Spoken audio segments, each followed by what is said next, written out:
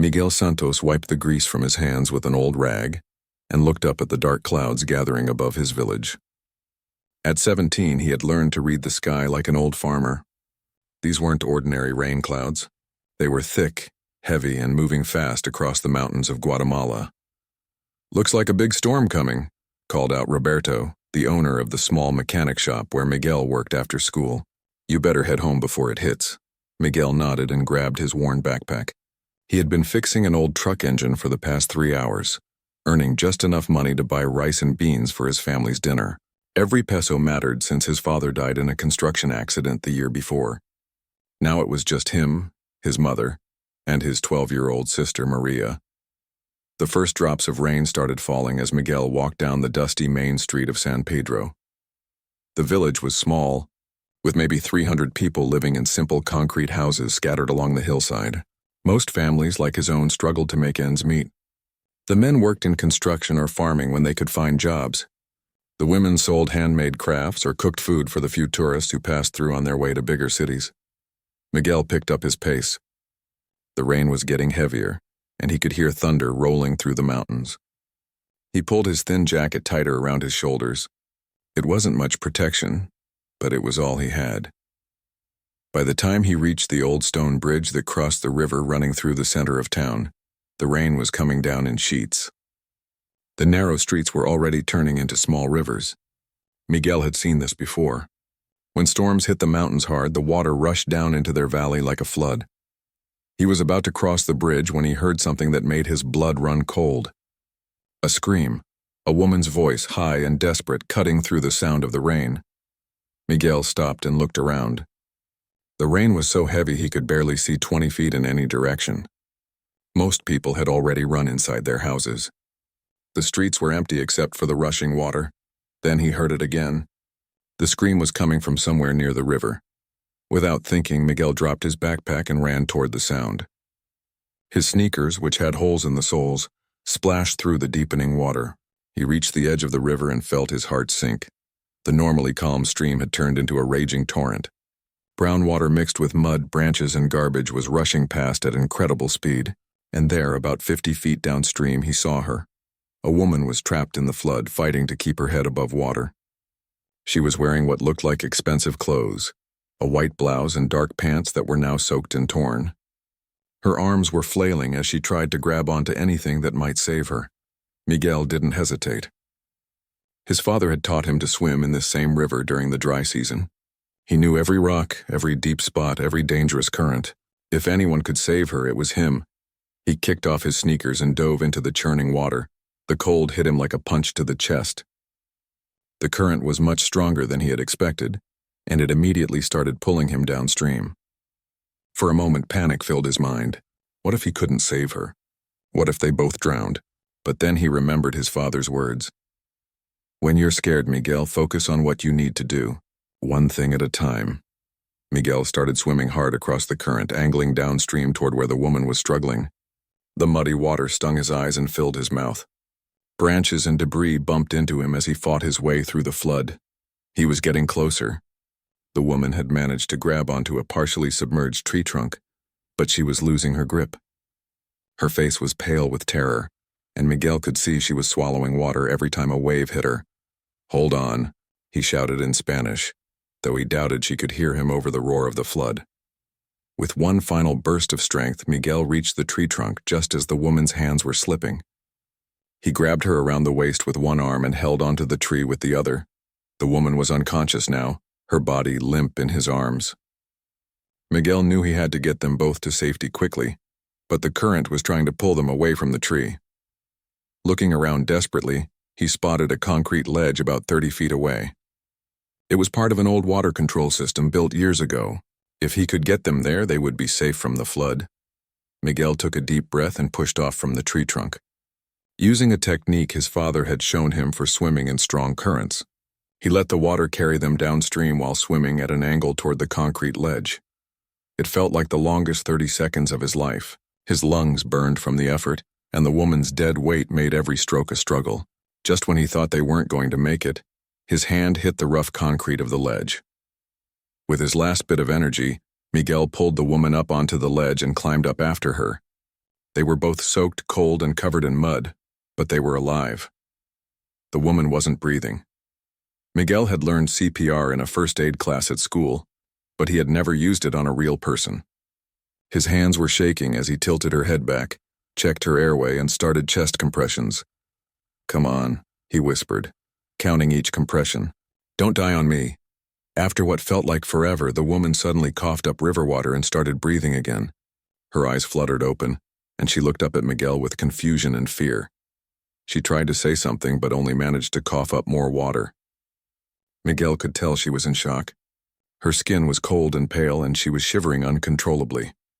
Without thinking, Miguel took off his jacket and wrapped it around her shoulders. It wasn't much, but it was all he had to offer. "You're safe now," he told her in Spanish, hoping she could understand. "I'm going to get you help." The woman looked at him with eyes that seemed to see him clearly for the first time. There was something in her gaze.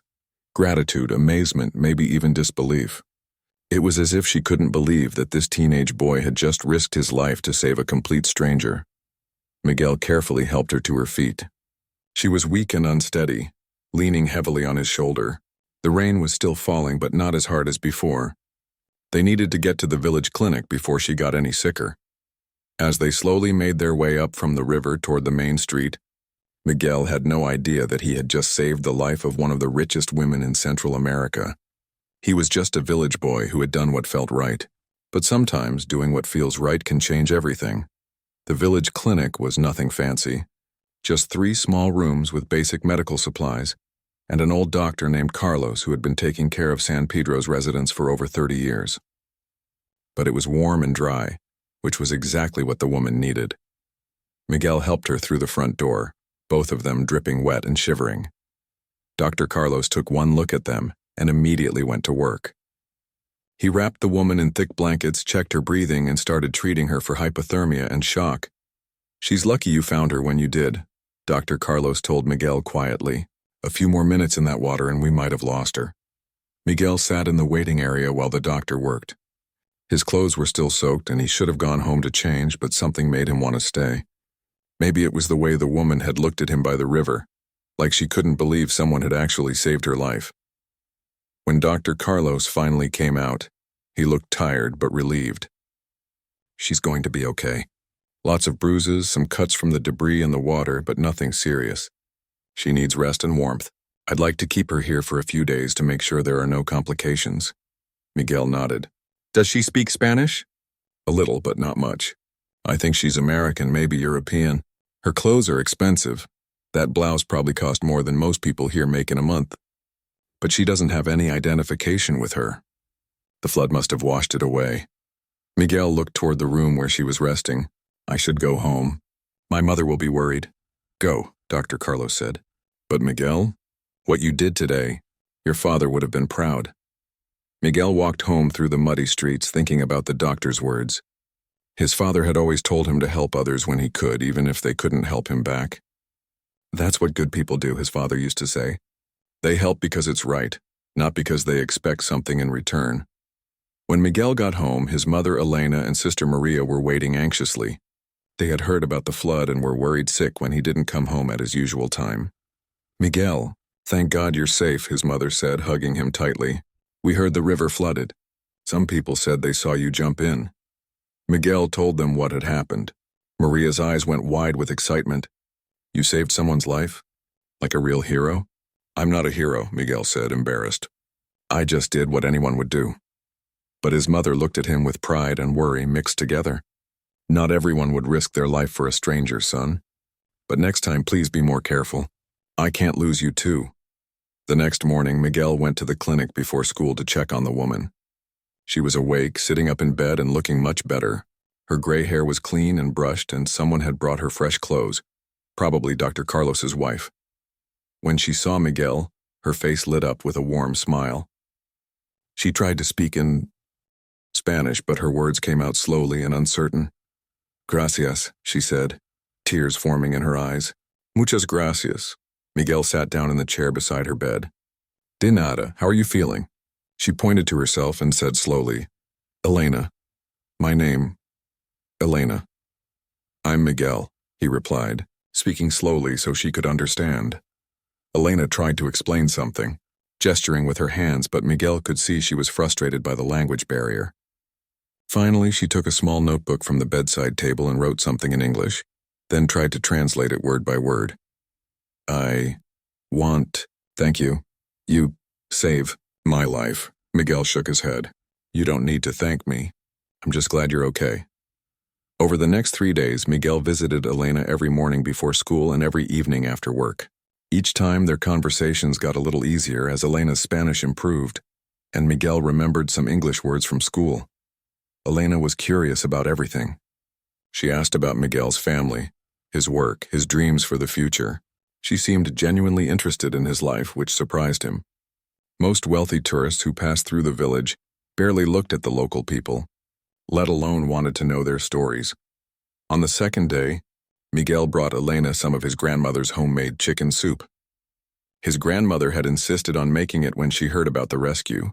She says chicken soup heals everything, Miguel explained with a smile. Elena tasted the soup, and her eyes closed with pleasure. Delicioso, she said, one of the Spanish words she was learning quickly. Your grandmother? She is very kind. My family wants to meet you, Miguel said. They want to thank you. Elena looked confused. Thank me? But you saved me, Miguel laughed. My mother says you gave us a chance to help someone. She says that's a gift too. Elena stared at him for a long moment as if he had said something profound. There was something in her expression that Miguel couldn't quite understand. Surprise, maybe even amazement. On the third day, Elena noticed that Miguel's shoes were completely soaked through. It had been raining again and water was literally pooling in his sneakers. Your shoes, she said, pointing with concern. Miguel looked down and tried to make light of it. They're not so bad. They just have some ventilation. Elena didn't laugh. Instead, she looked sad. Through careful questioning and her improving Spanish, she learned that Miguel worked at the mechanic shop every day after school. She found out that his father had died, that his family struggled to pay for food and rent, that Miguel was saving money to help his sister continue her education. What amazed Elena most was that despite having so little, Miguel's family kept offering her things. His mother sent food every day. His sister Maria drew her pictures to cheer her up. Miguel himself had given her his jacket during the rescue and refused to let Dr. Carlos charge anything for her care. We take care of our guests, Miguel explained when Elena tried to offer money. That's what neighbors do. Elena had traveled all over the world. She had stayed in luxury hotels, eaten at the finest restaurants, met with powerful business leaders and politicians. But she had never experienced this kind of genuine, selfless kindness. On her last day in the clinic, Dr. Carlos declared Elena healthy enough to travel.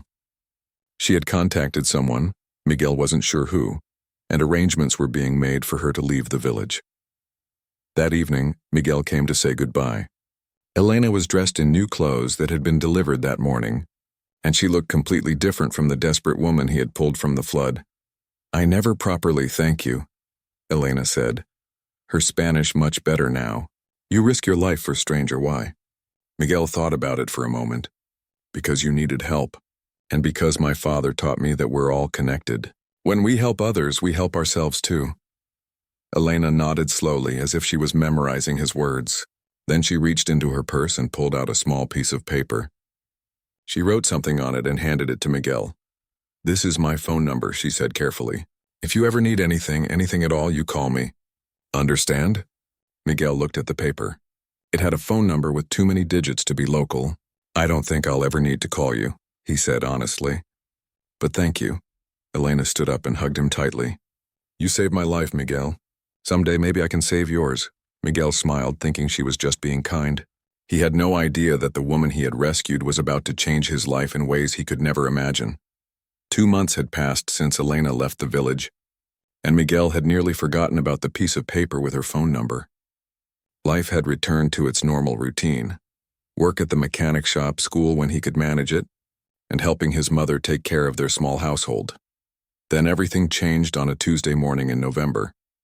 Miguel was getting ready for work when he heard his sister Maria crying in the next room. Not the normal crying of a 12-year-old girl, but something deeper, more painful. When he went to check on her, he found her doubled over on her bed, clutching her stomach. It hurt so much, Miguel, she whispered, her face pale and covered in sweat. "I can't make it stop." Their mother rushed in, took one look at Maria, and Miguel saw fear flash across her face. This wasn't a normal stomach ache. "Get Dr. Carlos," she said quietly. "Quickly." Dr. Carlos came within minutes, but after examining Maria, his expression was grave. "We need to get her to the hospital in the city immediately. This could be her appendix, and if it bursts..." He didn't need to finish the sentence. Everyone in the village knew stories of people who had died from burst appendixes when they couldn't get proper medical care in time. But the hospital was 3 hours away, and an emergency surgery would cost thousands of dollars, money the Santos family simply didn't have. Miguel's mother started crying quietly. "What are we going to do? We don't have that kind of money, even if we sold everything we own." "There might be payment options," Dr. Carlos said gently, but Miguel could hear the doubt in his voice. Private hospitals didn't usually wait for poor families to figure out how to pay. As they loaded Maria into Dr. Carlos's old truck for the trip to the city, Miguel felt more helpless than he ever had in his life. Not since his father died had he felt this powerless, this afraid of losing someone he loved. The hospital in Guatemala City was unlike anything Miguel had ever seen. Everything was white and clean and modern. Doctors and nurses moved quickly through hallways filled with expensive equipment. It was a different world from his village. The emergency room doctor confirmed Dr. Carlos's diagnosis. Maria needed immediate surgery to remove her appendix before it ruptured. The cost would be $8,000 payable before the procedure. $8,000. Miguel's entire family might earn that much in 2 years if they were lucky.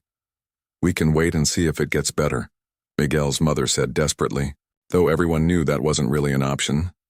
"Ma'am," the doctor said gently, "if we wait, your daughter could die. This is not something that gets better on its own." Miguel sat in the hospital waiting room, watching his mother fill out forms that asked for information they didn't have: credit cards, insurance, bank accounts. Maria lay on a gurney nearby, getting worse by the hour. That's when he remembered the piece of paper. Miguel had kept Elena's phone number in his wallet, mostly because he didn't want to throw away something that had seemed important to her. Now pulling it out, he stared at the digits written in her careful handwriting. She had said to call if he ever needed anything. But this felt like too much to ask. Elena had been kind to him, yes, but asking a stranger to pay for his sister's surgery? It seemed impossible. But Maria groaned in pain again, and Miguel made his decision. He walked outside the hospital and dialed the number with shaking fingers. After a few rings, someone answered in crisp English. "Vasquez Corporation, Executive Offices. How may I help you?" Miguel's English wasn't very good, but he tried his best. I need to speak to Elena, please." "Elena?" The voice sounded confused. "Do you mean Ms. Vasquez?" "May I ask who's calling?" "My name is Miguel Santos. From Guatemala. She gave me this number." There was a long pause. Then the voice became more professional. "Please hold while I locate Ms. Vasquez." Miguel waited, his heart pounding. Maybe Elena wouldn't even remember him. Maybe this was a mistake. Then he heard a familiar voice speaking Spanish. "Miguel, is that really you?" "Elena, yes, it's me. I'm sorry to bother you, but you said to call if I ever needed help, and my sister is very sick." "Slow down," Elena said gently.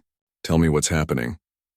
Miguel explained about Maria's condition, about the surgery she needed, about the money they didn't have. He tried to stay calm, but his voice broke when he described how much pain his sister was in. Elena was quiet for a moment. Then she said, "Miguel, which hospital are you at?" He told her, and she said, "Don't worry about anything. I'm going to make some phone calls. Stay with your sister." "Elena, I don't know how I could ever pay you back." "Miguel," she interrupted, "you saved my life.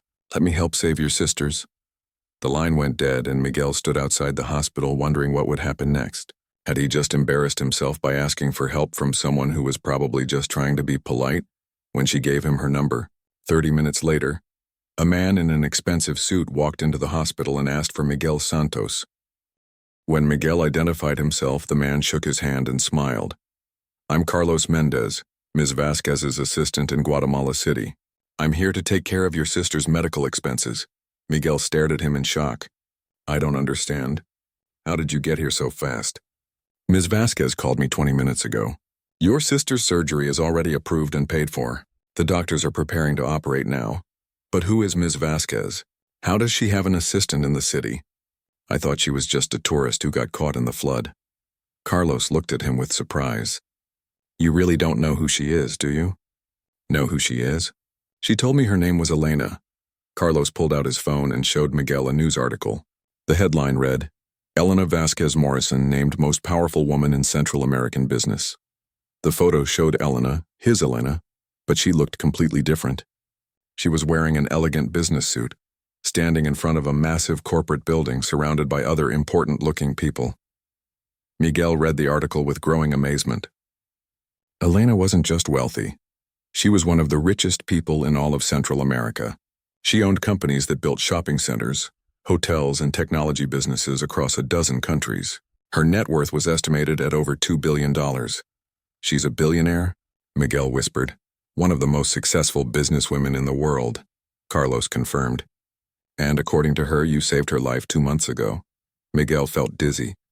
The woman he had pulled from the flood, the woman who had eaten his grandmother's soup and learned Spanish words from his sister, was worth more money than everyone in his village would see in 100 lifetimes. But more shocking was what Carlos told him next. Miguel, Ms. Vasquez has been talking about you and your village ever since she returned to the city. She's been making plans. What kind of plans? Carlos smiled. The kind that are going to change a lot of lives. But she wants to tell you about that herself. She's flying here tomorrow. Just then Miguel's mother came running out of the hospital. Miguel, the doctors say they can do the surgery right now. Someone paid for everything. As Miguel hugged his mother, he looked over her shoulder at Carlos, who was putting away his phone.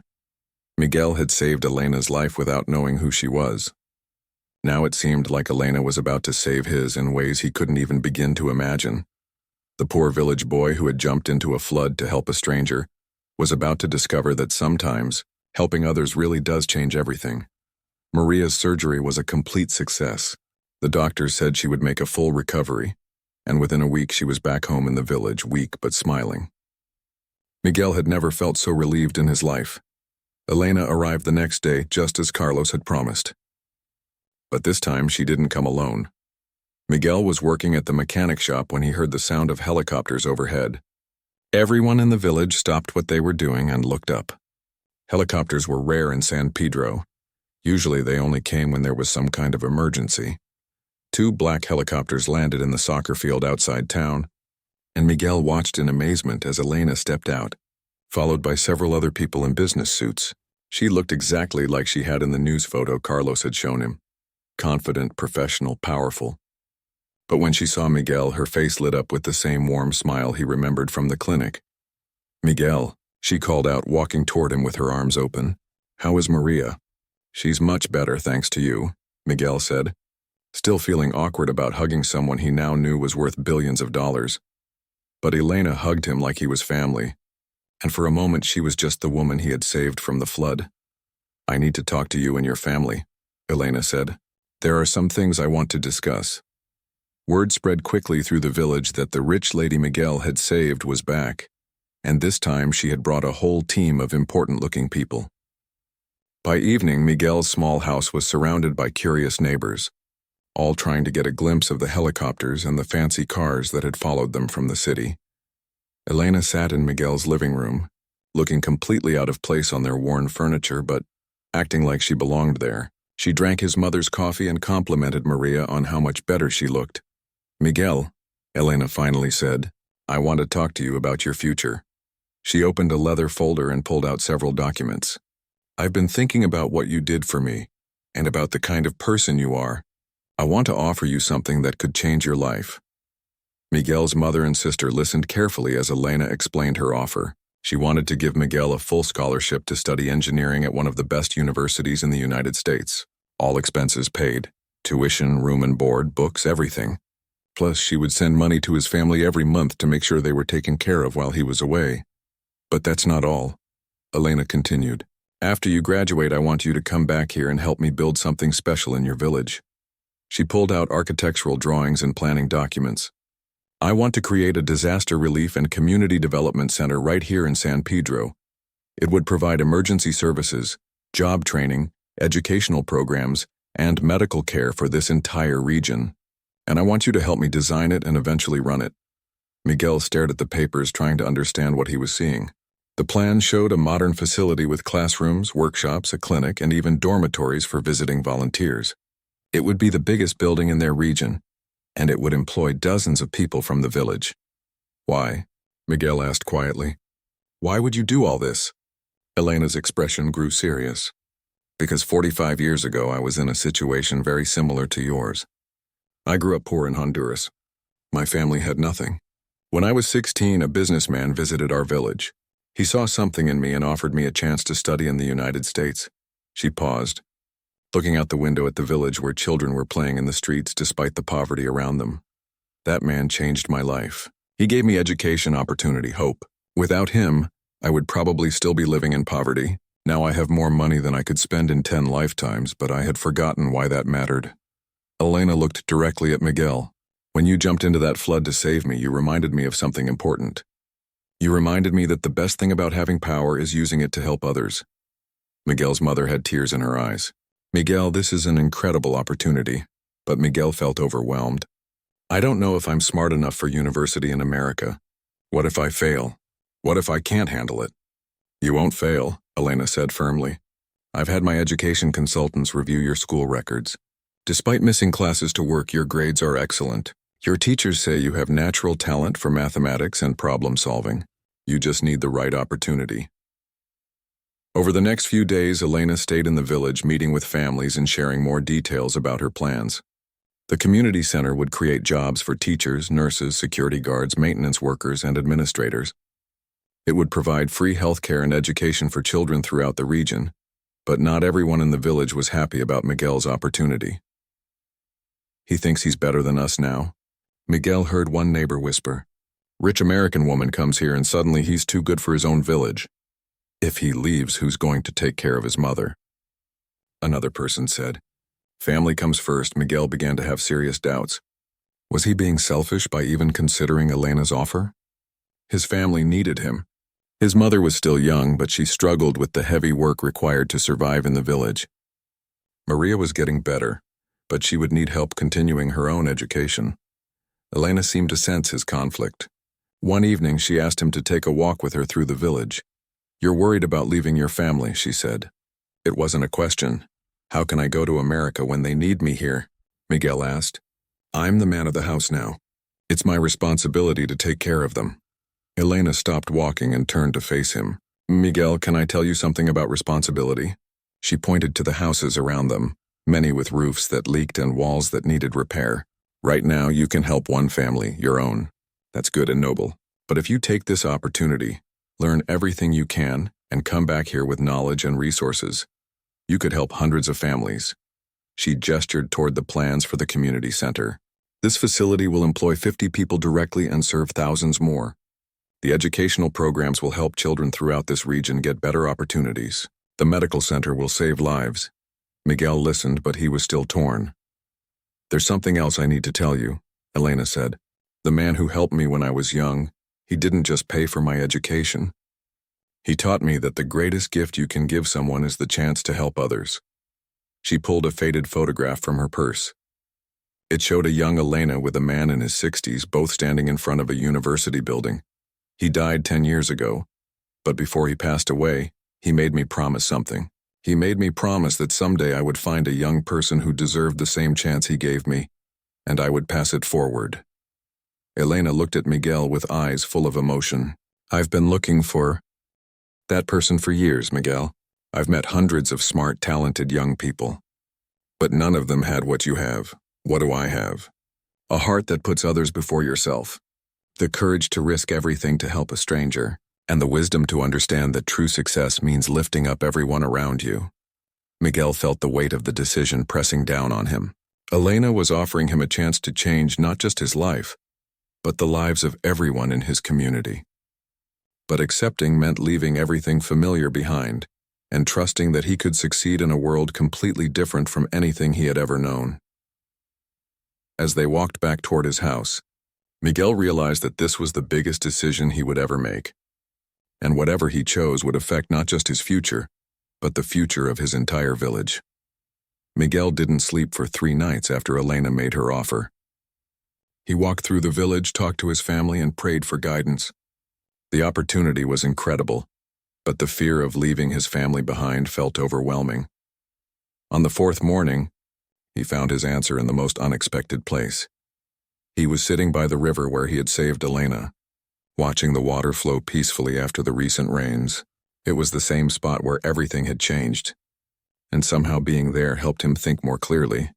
Maria appeared beside him, still moving slowly from her recent surgery but looking much healthier.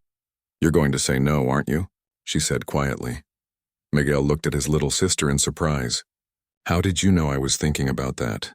"Because I know you. You think you have to stay here and take care of Mom and me forever." Maria sat down beside him on the riverbank. "But Miguel, what if you're wrong?" "What do you mean?" Maria picked up a small stone and threw it into the water. "What if the best way to take care of us is to go away and learn how to help not just us but everyone?" Miguel stared at her. His 12-year-old sister was speaking with wisdom beyond her years. "Elena told me something yesterday," Maria continued. "She said that when you saved her from the flood, you didn't think about whether she was rich or poor, whether she could help you or not. You just saw someone who needed help and you helped her." "That's true. So now there are hundreds of people in this village who need help. People who are sick like I was, but their families don't have anyone to call. Kids who are smart like you but will never get a chance to go to university. Families who lose everything when the next flood comes." Maria turned to look at her brother directly. "If you stay here, you can help Mom and me.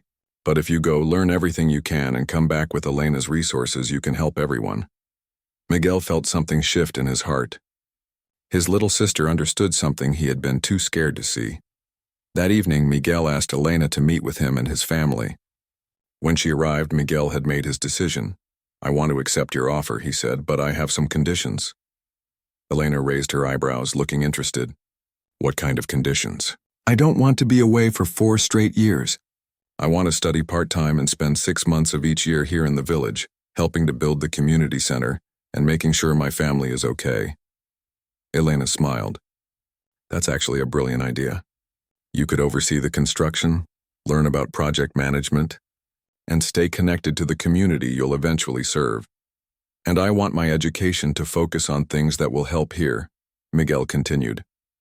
"Not just engineering, but also business management, community development, maybe some medical training. I can arrange all of that." Miguel's mother had been quiet during the conversation, but now she spoke up. "Elena, I have a condition too." Everyone looked at her in surprise. "I want to help with the community center project. I've been thinking about this for days and I realize I've been holding Miguel back because I was scared of being alone. But I'm not that old and I'm not helpless. If this center is going to serve families like ours, then families like ours should help build it." Elena's eyes lit up. "What did you have in mind?" "I know every family in this region. I know what they need, what problems they face, what would actually help them. You have money and resources, but I have something you don't have. I know how poor people really live." Elena stood up and shook Miguel's mother's hand firmly. "I think this partnership is going to work perfectly. The next 6 months transformed San Pedro in ways no one could have imagined. Construction crews arrived to begin building the community center, but Elena made sure that local workers were hired and trained for as many jobs as possible. Miguel split his time between studying online courses Elena had arranged and working on the construction site, learning practical skills while earning money for his family. Maria surprised everyone by becoming the unofficial translator and coordinator between the construction workers and the village families. Her English had improved dramatically, and she seemed to have inherited Miguel's natural ability to solve problems. The first phase of the community center opened exactly 1 year after Miguel had pulled Elena from the flood. It included a modern medical clinic, 3 classrooms for adult education, and a workshop for job training. Dr. Carlos moved his practice to the new clinic, where he now had access to equipment he had never dreamed of having. Miguel's first year of university studies in the United States was challenging but exciting. Elena had arranged for him to attend a program specifically designed for international students from developing countries. He studied engineering but also took courses in business, public health, and sustainable development. Every time he felt overwhelmed or homesick, Miguel remembered why he was there. He wasn't just studying for himself. He was learning skills that would help transform his entire community. During his 6 months back home each year, Miguel could see the changes happening. The community center was employing 35 people from the village and surrounding areas. Children who had never had access to health care were getting regular checkups. Adults were learning to read and gaining job skills that allowed them to earn better wages. But perhaps the most important change was in how people saw themselves and their future. Elena had been right. When you give people hope and opportunity, they find ways to create even more opportunities for others. 3 years later, Miguel graduated from university with honors in engineering and community development. Elena attended his graduation ceremony, and afterward, they flew back to Guatemala together. The community center had expanded into a full campus with dormitories for visiting volunteers, a small hospital, vocational training programs, and even a satellite internet center that connected the village to the wider world. At the dedication ceremony for the completed facility, Elena stood before a crowd of over 500 people from throughout the region. 3 years ago, she said in Spanish that had become much more fluent, "A young man from this village saved my life. He pulled me from a flood, but more than that, he reminded me what really matters in life." She looked at Miguel, who was standing nearby with his family. "Miguel didn't save me because he knew I was wealthy. He didn't help me because he expected anything in return. He helped me because it was the right thing to do." Elena gestured to the beautiful new buildings around them. "This center exists because of that one act of kindness, but it also exists because Miguel taught me that the best way to honor a gift is to pass it on to others." Miguel took the microphone next. Looking out at the crowd, he saw faces he had known all his life, but also new faces, doctors, teachers, and volunteers who had come to be part of what San Pedro was becoming. "When I jumped into that flood," Miguel said, "I was just trying to help one person. I never imagined that helping one person could lead to helping so many others." He paused, looking at Elena. "But I learned something important from Elena. She told me that when you help someone, you're not just changing their life. You're starting a chain reaction that can change many lives." Miguel gestured to his sister Maria, who had just been accepted to study medicine with a scholarship Elena had arranged. "Today, this chain reaction continues, and someday the people we help today will help others, and those people will help even more people." As the crowd applauded, Miguel thought about how different his life was from 3 years ago. He was now the director of a major community development project. His family was secure and happy. His village had been transformed from a place where people struggled to survive into a place where people could thrive and dream. But the most important thing hadn't changed at all. Miguel was still the same person who had jumped into a flood to save a stranger. The only difference was that now he had the resources and knowledge to help not just one person, but hundreds. That evening, as Miguel walked through the village streets that were now lit with solar-powered lights Elena had installed, he smiled at the children playing soccer in the new community park. Some of them had been born after the flood, and they would grow up in a world full of possibilities that previous generations could never have imagined.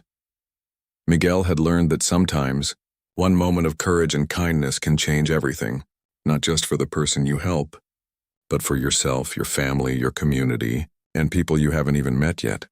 The poor village boy who had pulled a lady out of a flash flood had become a leader, an engineer, and a bridge between